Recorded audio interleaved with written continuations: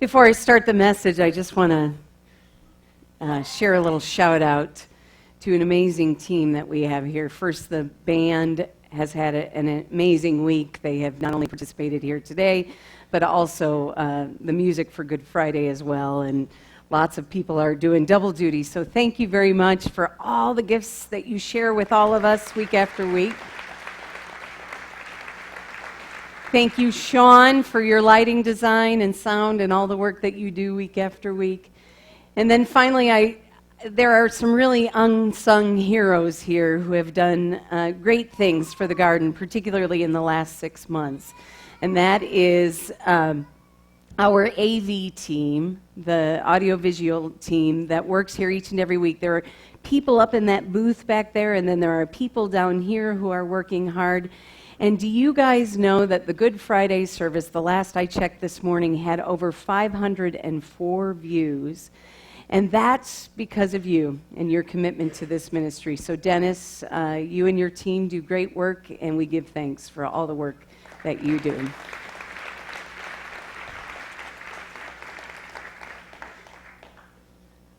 So today's message is called New Beginnings. New beginnings, but I also want to add that new beginnings often happen in the dark. So that's kind of going to help us think today. New beginnings that happen in the dark. And we're going to share in a scripture text from John. You've heard it before. We hear it most Easters. And this one is from John's account, which I love because Mary gets a lot of play in it. So early on the first day of the week, while it was still dark, Mary Magdalene came to the tomb and saw that the stone had been removed from the tomb. Mary stood weeping outside the tomb. As she wept, she bent over to look into the tomb and saw 2 angels in white sitting where the body of Jesus had been lying, one at the head and one at the feet. They said to her, "Woman, why are you weeping?" She said to them, "They have taken away my Lord, and I do not know where they have laid him." When she said this, she turned around and she saw Jesus standing there. But she did not know that it was Jesus until Jesus said to her, "Woman, why are you weeping? Whom are you looking for?" And then Jesus said, "Mary." She turned and said in Hebrew, "Rabboni," which means teacher. Mary Magdalene went and announced to the disciples, "I have seen the Lord." And she told him that he had said these things to her. You know, throughout John's gospel, there's a big theme of light and dark.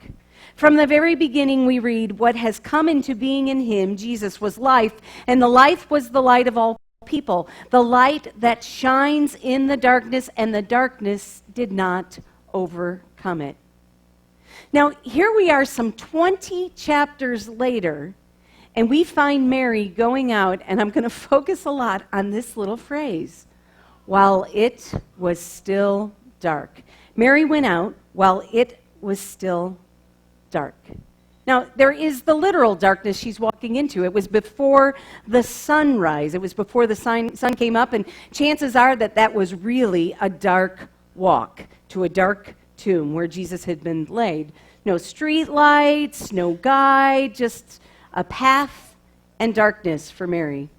And it was into this darkness that she heads out to essentially embalm the body of Jesus, to wash his body with spices and prepare him for burial. Not only, though, is there the literal darkness, there is the spiritual darkness as well. Keep in mind, Mary had been with Jesus for about 3 years, his earthly ministry, and had witnessed a terrible, horrible event on Friday. I am sure she was still traumatized as she considered those events. I'm sure she was still in a sense of shock at the loss. I mean, she had followed him 3 years. She thought they had a future together, but now, of course, he was gone. Now, the one thing I want to note is that even in the midst of that pain and suffering, Mary did have a willingness to step out into the darkness. She stepped out into the darkness. She stepped out in faith. Mary was the first one, like all of us. She was the very first one who experienced not Jesus' physical presence, but his spiritual presence. Now remember, she experienced faith. Now, what is faith? Faith is the belief in things that we cannot see. Paul put it this way. He said, "For we walk by faith and not by sight." Mary learned that there are times that we need to step into the darkness, confident that God will place solid ground beneath our feet once we do. And in facing the dark, stepping into the dark, she becomes the very first to walk in this kind of faith. In her book, Learning to Walk in the Dark, Barbara Taylor Brown challenges us all to step into the darkness and see that God is working in both the light and the dark. Through darkness, she says, we find courage. We understand the world in new ways, and we feel God's presence around us, guiding us through things seen, and then in the darkness, unseen. Often, it is while we are in the dark that we grow the most. We're reminded that the miracle of Easter does not take place at sunrise. No, it takes place in the darkness of a tomb. It's important to remember that resurrection came in darkness.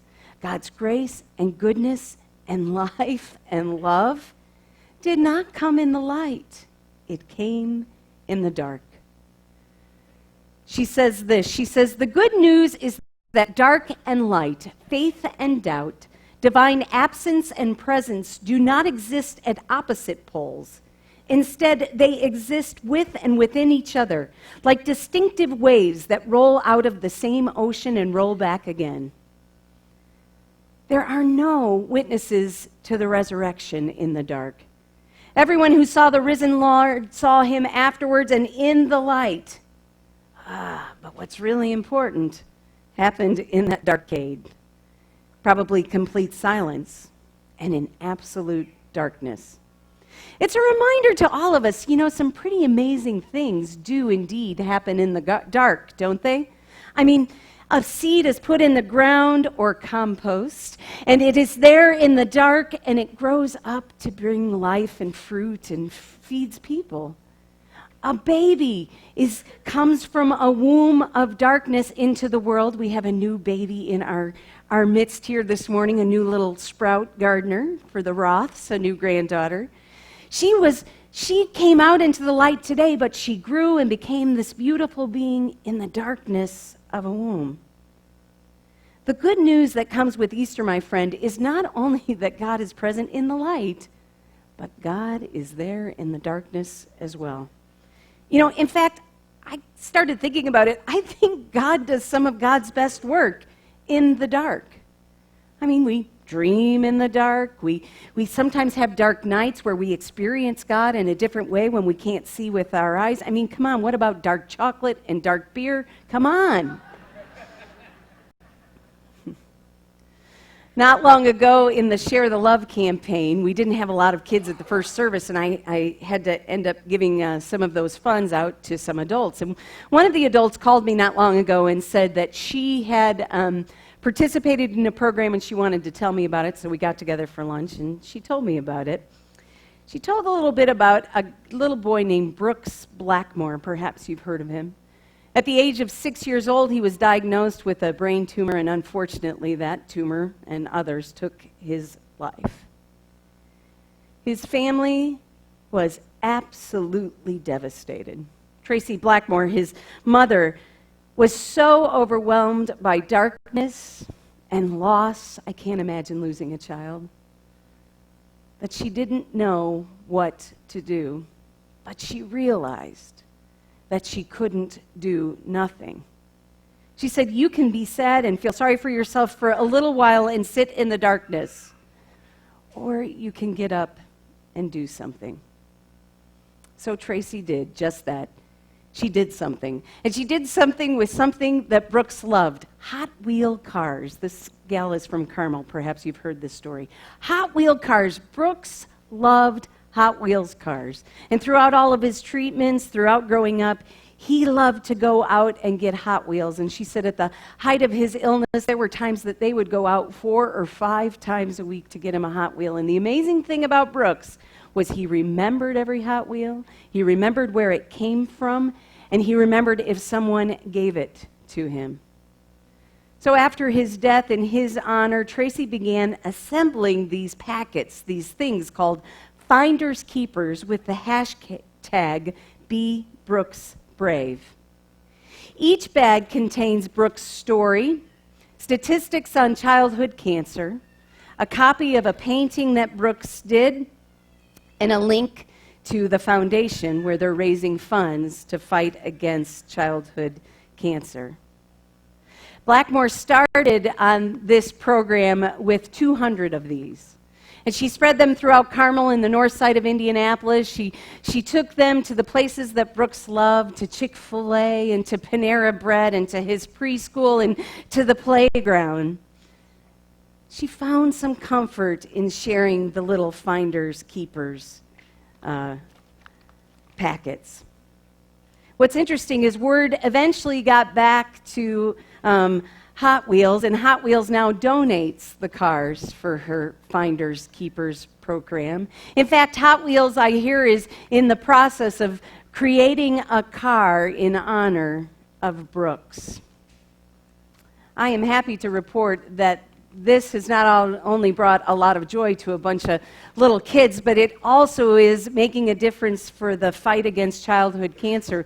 For the program itself has raised over $20,000, and I'm happy to say the garden just has a little part of that.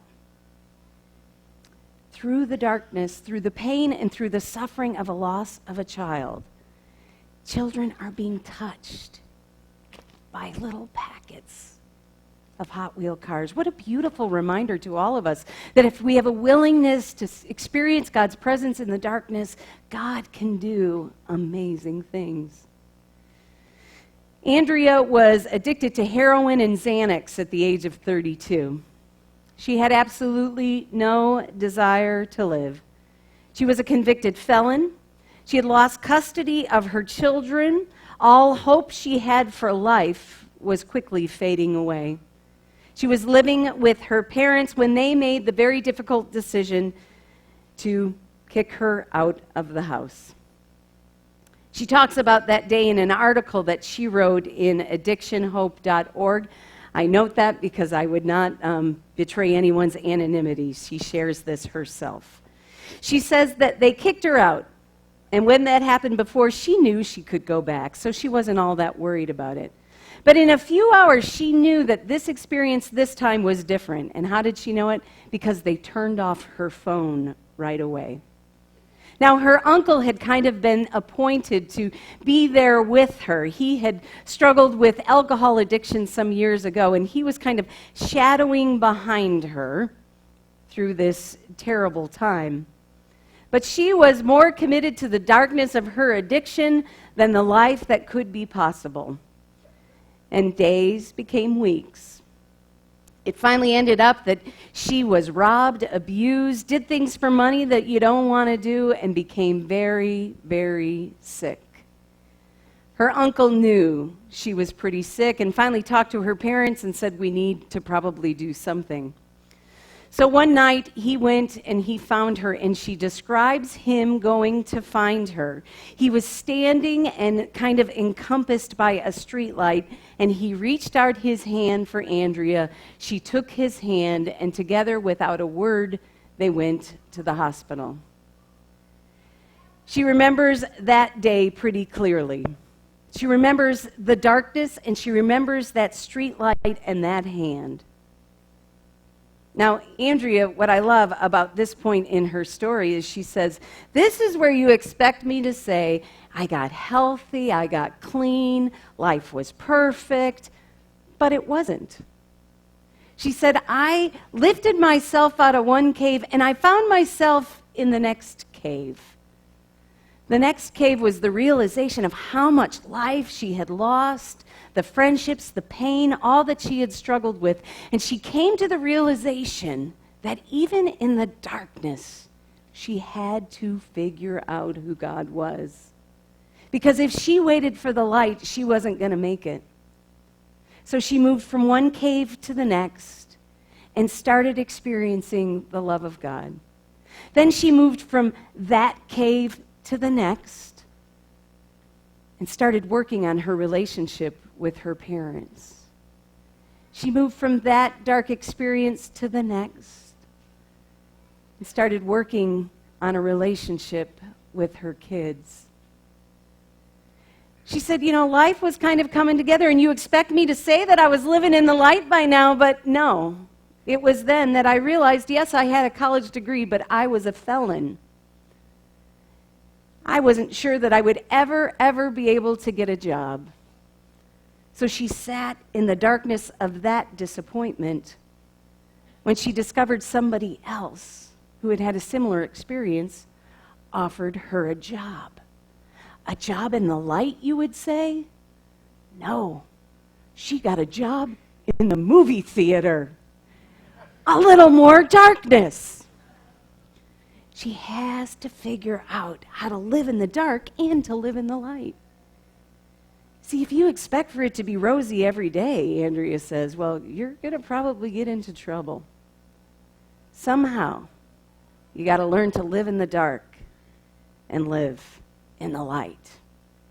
And that's okay. I don't know about you, but these two stories remind me, friends, that life has darkness, life has light, and God is there. When we put our faith in one who loves us more than we know, no matter where we are on the journey, we will find God. Perhaps you've heard this story about when a young Cherokee boy has an opportunity to become a man.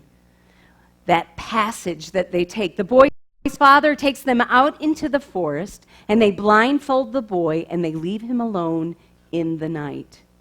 He is required to sit on a stump the whole night and not remove the blindfold until the rays of the sunshine of the next day come. He cannot cry out for help to anyone. And once he survives that night, blindfolded, sitting on a stump, he is a man. The boy, of course, is naturally terrified. He can hear all those noises that we hear in the night. The wild beasts must surely be all around him. Maybe even some humans might be out there trying to harm him in some way. The wind blows and the noises of the night take over, but he must sit in the darkness all night long. And when he makes it through the darkest night, he is a man. See, it is only in the morning, after the long night, when the sun appears and the blindfold is removed, does the boy discover that his father has been sitting on the stump next to him all night. His father had been there watching him the entire night, protecting his son from harm. Friends, we too have a God who is there, caring for us, loving us in the darkness and in the light. We have a God who is real as the air that you breathe, and no matter where you are on the journey, that God loves you and wishes for you a good life. God is present, as real as the air you breathe. I have no idea where you are on the journey. Perhaps this is a time of darkness. Perhaps this is a time of light. Take comfort in knowing you are loved. You are loved, and you have the full love of God always present with you. Will you pray with me?